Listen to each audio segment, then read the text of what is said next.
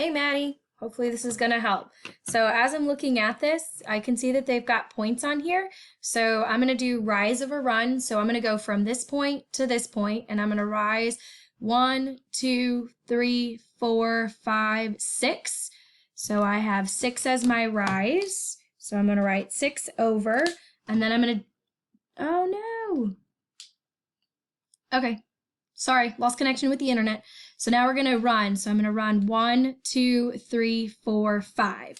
And I also notice that my line is positive. I notice my line is positive, which means I'm going uphill. So down here, I'm going to write y equals, I'm going to put 6. Then I'm going to use that question mark slash button to make that fraction. 6 over 5. Come out here, I'm going to put my x. Make sure you have x as part of your equation. And then I'm going to look at my y-intercept, which is right here at -5, so -5.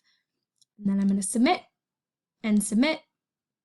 Okay, let's do one more. All right, so looking at this one, finding my rise over run, I'm going to go from this point to this point. So I'm going to rise 1, run 1, 2, 3. So down here, I'm going to say y equals 1 over 3. Then I'm going to put an x.